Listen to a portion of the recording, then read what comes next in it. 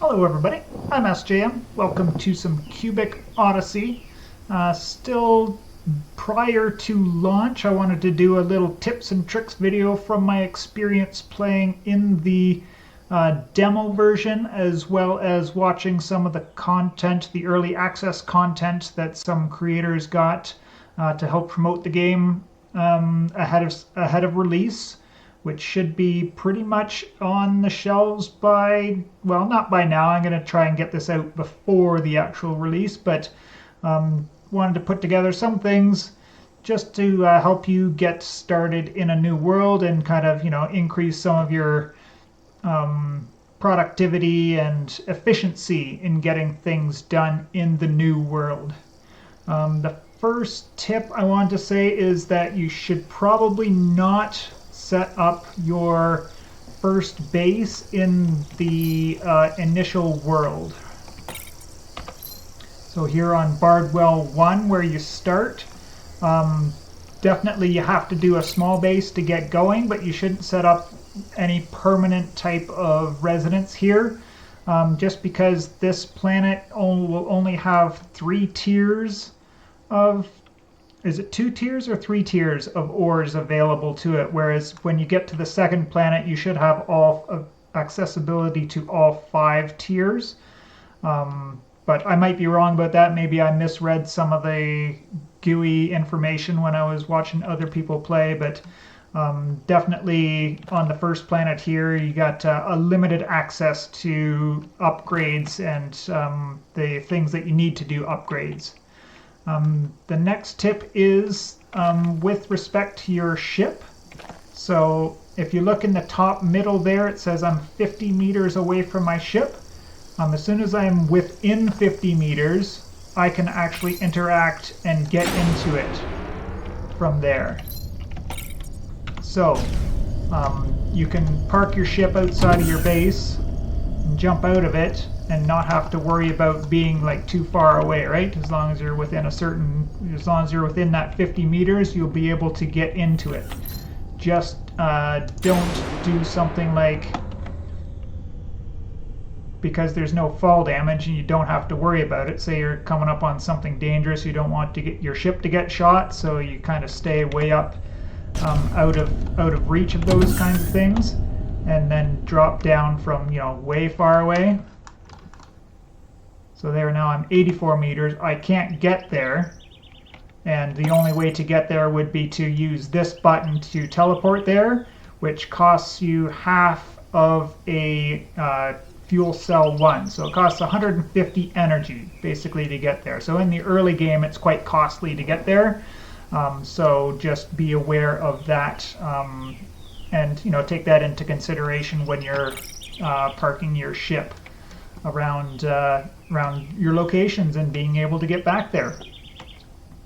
The next thing is moving things into and out of inventories. I don't think this is anywhere in the game, but if you shift and click twice, it will quick move items in there rather than right clicking and hitting transfer, because sometimes the transfer doesn't come up so close. Like sometimes it's way down the bottom, then you've got to move it up there, whereas just shift and double clicking can get it into and out of your inventory a lot quicker.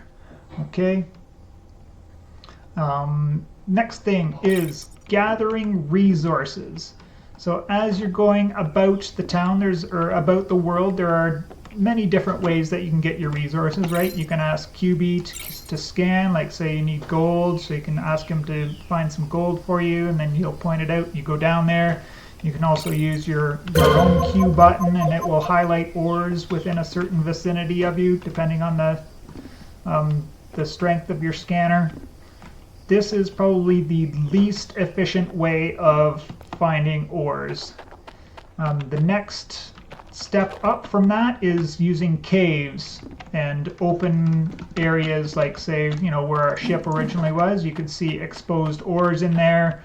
Also where meteors fall and it blows up a bunch of the landscape there, it'll show you some ores that become available that way. So that's the second best way to locate some ores as a general sense. If you need something specific, definitely, of course, using QB to find it for you is your best bet, but In a general sense, it's not the best. Like there's some silicon, just coming down here. Can usually find ores pretty quickly in these. This isn't the biggest cave, but you understand what I mean. I did outline that in my previous video talking about getting a quick start in the world, right? Like ores are just a lot easier to find going through here, whereas, you know, you can see there's not even any other ores within my scanner range here. Right, here we are flying around. So my vote for the third best way to get resources is via these structures here. I don't know what they're officially called, but maybe like ancient ruins or something like that. I think the ruins are the ones that you go to on the other planets that are part of the storyline, but and whatever these structures are, they're a little bit dangerous because there's going to be pirates down there, but you can definitely find a lot of exposed ores down there, as well as ancient chests. And that the ancient chests have some of the better loot per technology level of the planets that you're visiting on. So that's my vote. It's just, yeah, with the only downside of just being a little bit more dangerous than the best way of gathering resources, which is just via the various structures that you can find on the planets. So these guys with their chests, and the stone-based ones, which I think there was one right over here. So these types of structures there are going to be the best bet for them. What the downside of these ones is it requires some money because you're going to need these access cards to open up a fair amount of the chests. But the reason why I vote this is the best way to get resources, because not only are you going to find ores in them, but you're also going to be able to find weapons and upgrades and spare parts, and maybe those parts are nice upgrades for you. Like if we look here, I've got a suit with 24 shield on it instead of 20, which I think is the baseline, or this jetpack which has 1.5 flight time instead of 1, and so on and so forth. So even at the tier 1, I still found a better one as loot from these structures than I did from just crafting it myself. Alright, so then speaking of that, we need to make money if we're going to be able to afford buying these keys, as well as some of the upgrade items that you can only buy instead of being able to craft them yourselves. So from the towns, you can get several different fetch quests. Obvious ones, I think, are the ones that require you to submit 50 ores. Early on, those are definitely the worst because you're going to want to keep those ores for doing your crafting and building. So definitely try to stay away from those, as well as the bring me 8 seashells or 8 stars or 8 snails or whatever the resource happens to be that's on the planet that you're on. Because once you've got those 8 things, you have to go back to the quest giver to claim the prize.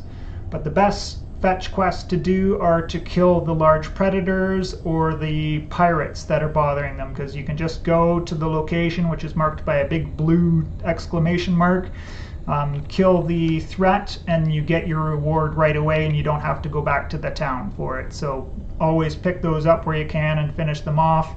And you know, as you get to more dangerous planets, they're worth more money as well. So they're not always like 1,000 or 1,100 qubits or whatever the cost for them is on this first planet here. The second way is that in your adventuring, you're going to end up with a whole bunch of extra gear and weapons and stuff like that. Those can be sold on the space stations. So certain characters on those structures will pay you for those kinds of things. So keeping those, you know, on your ship in the chests. You should have chests on your ship. I don't, because this has just been one I've been messing around on.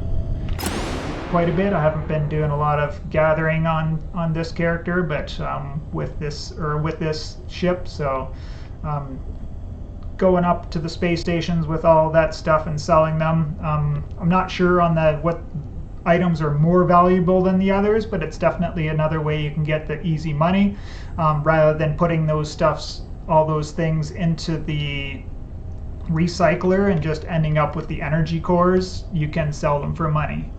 And then the big question mark that I don't know about, I know you can't sell this starting ship that you have, the micro, but you might be able to sell some of the other ships that you can scavenge around in space. You definitely wouldn't want to buy a ship and then sell it, but you can definitely repair some of the ships that you find. They're located using your scanner, and they're just regular points of interest, like like that there. They'll appear in space. You just go to them. There will be a ship there and a little bit of loot that you can pick up, and if you have the materials on you, you can repair that ship and then claim it for yourself. And I don't know if you can sell those back for at space stations for money or not. So that might be another way to be able to use money. The other couple of quick other ones I wanted to talk about was with the can't build it in the demo here, but there is the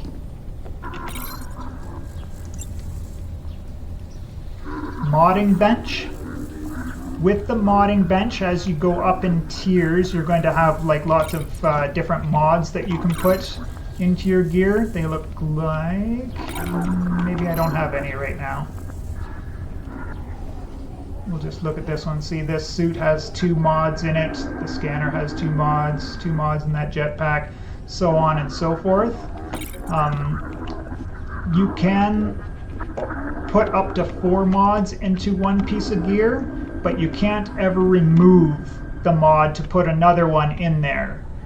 If you remove a mod, you get the mod back, but it destroys everything else, the other 3 mods and the piece of gear itself.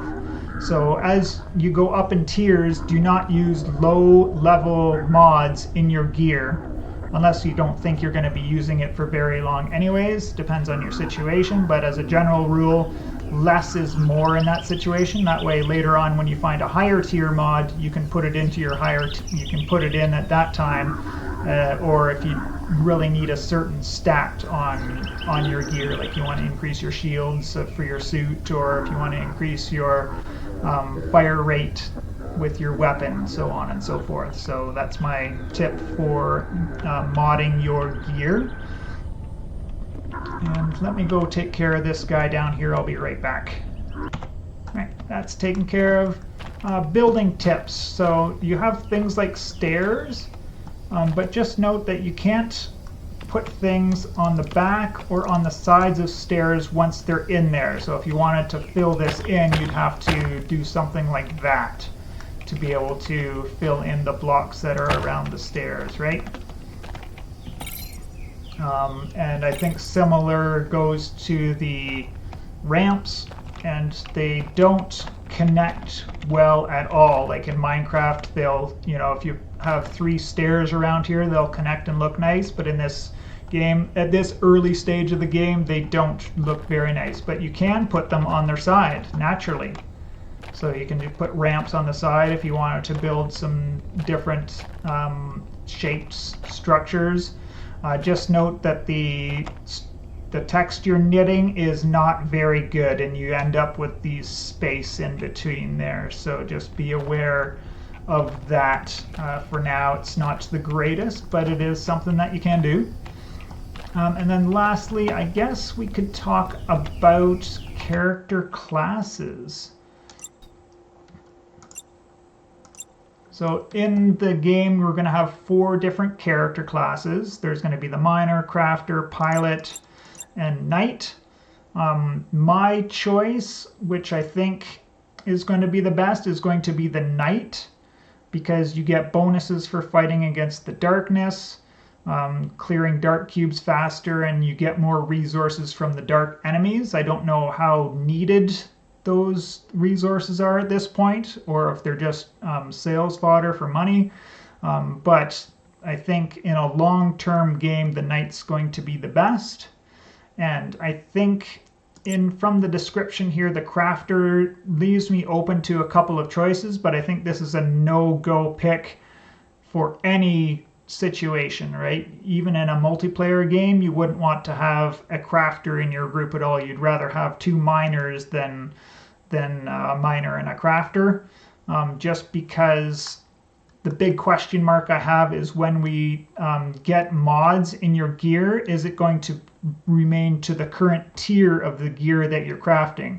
Like if you craft a tier 5 piece of gear, are you going to get tier 5 mods in it? Or are you going to end up with tier 1 mods on that gear, which will block you from getting better upgrades into that gear? So with that big question mark in there, until that's answered, I definitely would steer away from crafter, even in any multiplayer scenario. But yeah, for multiplayer, definitely you want your knight as your main quest runner, because you're going to be fighting against the darkness a lot. And then the pilot you might want to have as the next person in there, so as the next highest tier, I guess, of character, so that you can more effectively fight in space and have better shields and cheaper repair costs for your ship itself there. I don't think the cheaper repair and crafting has any like sizable use in the game. And then the miner is obviously pretty good, because occasionally you get double ores, and then as you get better, you're gonna get even more chances for double ores, as well as taking less energy to be able to do the mining and stuff like that. But that's, as a general rule, not very energy, doesn't cost a lot of energy to do that anyways. But one way or the other, the miner does have some use. I just put it number 3 on my tier list. Anyways, those are my tips and tricks for now. Be aware that this is based on information that I gathered before the release of the game even. So if I'm dead wrong on that, I own it. I appreciate it if you point it out in the comments there, even if it's weeks after the fact. Haha, you're so dumb. Don't hesitate to let me know down there, or maybe I'm nailing this all on the head, because I'm lucky like that sometimes. Anyways, I appreciate you all for checking out the video with me, and I will see you in the next one.